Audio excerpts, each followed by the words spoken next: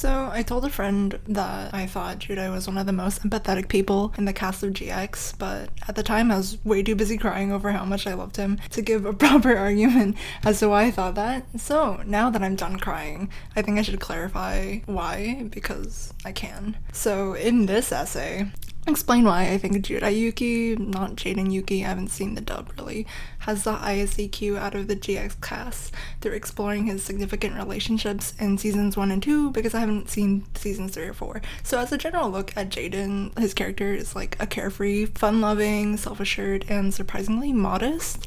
Typically, when you see those first 3 traits, it's like an immediate eye roll. God, this is going to be the most arrogant ass, is actually what I kind of expected at first, but he's extremely modest in his victories, and I attribute that to as like a consequence of his emotional sensitivity to others around him.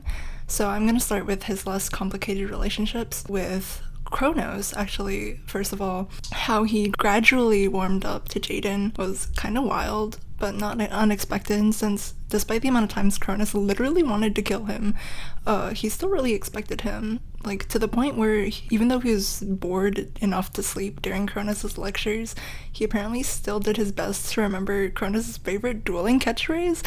I don't remember what that catchphrase is now, but Jaden remembered it, because he tried to remember what was important to Kronos. He knew how like emotionally important it was to his teacher, and it can also be noted that he doesn't really ever stop supporting Kronos from the sidelines when the teacher duels. I think that's more than most of the other students give to Kronos. And so moving on, so with Asuka, it's fairly straightforward. She finds it interesting that he wins his duels with like a very carefree style of dueling, and he considers her a friend after meeting her like twice. He's a very simple boy. And when they meet during that like haunted dorm arc, he's one of the first people to notice Asuka's like concerned about this haunted dorm and has like kind of an emotional tie to it, even though he is like majorly an adrenaline junkie with the amount of time he does like gacha draws with that draw bread thing. He still also like takes it upon himself to look into what has Asuka like so concerned about this dorm. Like he didn't really need to do that, and also he didn't really need to step in when she goes missing either.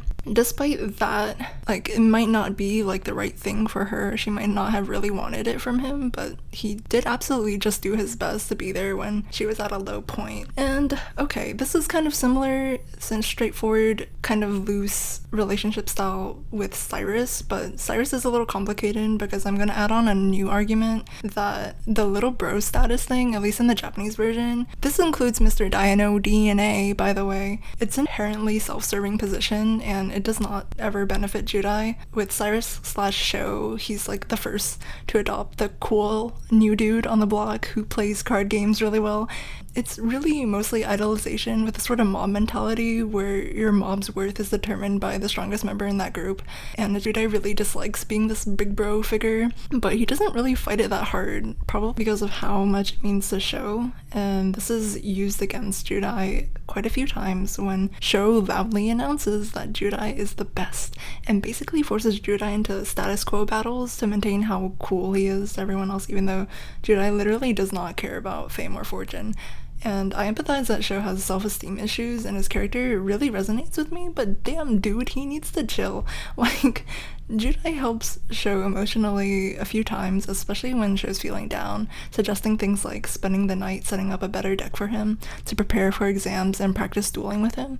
Judai also ends up developing nightmares about losing duels after his friends get held hostage too many times to duels of darkness because he gets genuinely worried about how much they suffer in his dreams. And this level of empathy doesn't really get returned back to him later when he goes through his existential crisis over not being able to see cards, and rather than try to console him, the entire fucking group steps back like, whoa, he's going through some shit, let's don't do anything about it other than letting him resolve it emotionally on his own. In fact, the entire time Show is looking for Judai, I think it's really just that he places his entire source of happiness onto Judai. It was much less making sure Judai was okay, and more that he needed to make sure he was okay. Had he actually cared about Judai, I think he would have spoken up much sooner and given his best shot, but instead he laments the absence of his idol when he loses the status of being a cool kid.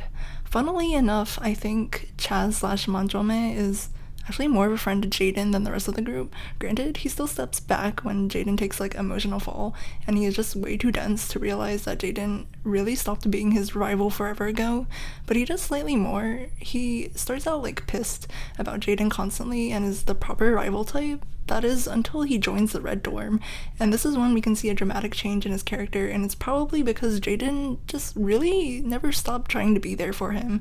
Judai is the first to stand up for Manjome when people start shit-talking him, and continues to physically be there for him throughout his arc. When Manjome has to look for shit cards, it's notable that Judai is the only one following him on this quest. He was the only one who noticed his friend was genuinely distressed and went to help him, and when Manjome had his like breakdown from family pressure in the bathroom, and Judai is just kind of like awkwardly standing there listening to him have this breakdown, he like never mentions to Manjome that he heard all of that. He simply takes it into consideration and adjusts his next interactions with him in accordance to like the new information, including standing up against Manjome's brothers later. He knew that mentioning it to Manjome would only embarrass him, and decided that action was way better than words. Manjome in turn actually starts to care about Judai. You can see this when he looks for Judai when the boy like wilds out on whatever he does in the jungle, and shockingly during a practice duel he tells Judai to stop,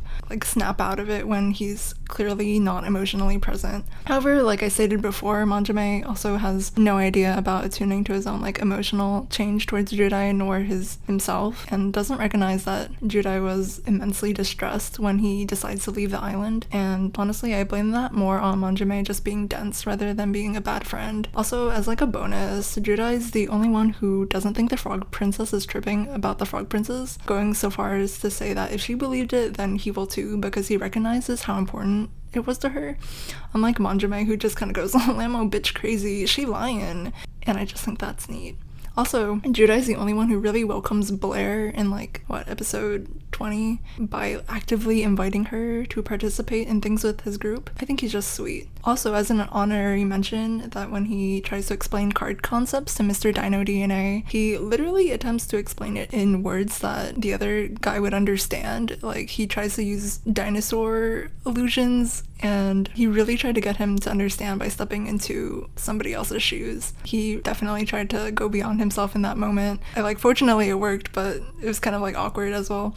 That being said, Judai actually gave a lot to his friends while asking nothing in return. He's naturally attuned to sensing the emotional needs of the people around him most of the time, and does do his best because he cares about the people around him, and that's my thesis as to why I think he's the most empathetic character.